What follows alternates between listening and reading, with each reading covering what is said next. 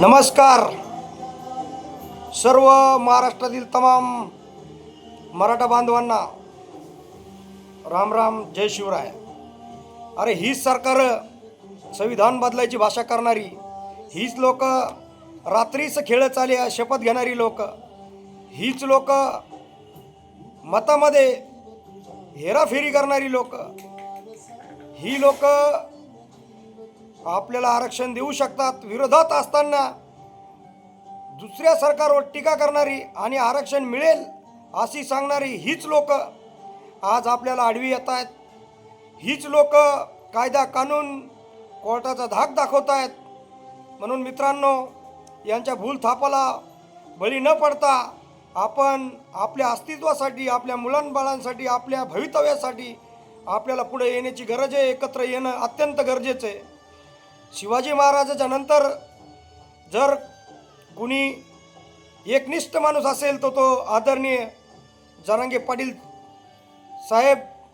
हे एकनिष्ठ मॅनेज होणारे माणसं नाही आहेत। पैशाचा कुठलाही पैशात विकले जाणारे नाही आहेत। म्हणून त्यांना जरांगे पाटील मॅनेज करणं खूप अवघड होतंय, अवघड होत चाललंय।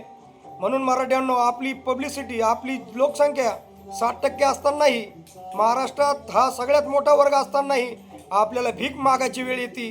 तर लक्षात ठेवा, अभी नाही तो कभी नाही। ही लोक येतील जातील, आपल्याला गाजर देतील, म्हणून यांच्यावर विश्वास ठेवू नका। आपलीच गद्दार काही तिकडे आमदार खासदार आहेत, आपलीच गद्दार ही ओबीसी मध्ये गेलेली आहेत।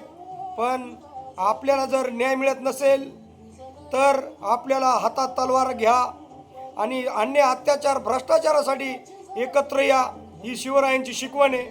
म्हणून आपल्याला सर्व मराठा बांधवांना मी विनंती करतो की 29 ऑगस्ट 2025 हा भूतोना भविष्य असा दिवस असेल आणि असलाच पाहिजे। कारण हा लढा तुम्हा आम्हाचा नसून हा भवितव्याचा लढा असणार, यात साशंकता नाही। म्हणून पुन्हा एकदा आपल्याला सर्वांना सतर्क करतोय की कुठल्याही सरकारच्या भूलथापाला बळी न पडता आपण जरांगे पाटलांसोबत एकनिष्ठेने एकत्र येऊन त्यांच्या पाठीमागे ठामपणे उभं राहावं, अशी सर्वांना कळकळीचे नम्र विनंती आणि आग्रहाचं सांगतो।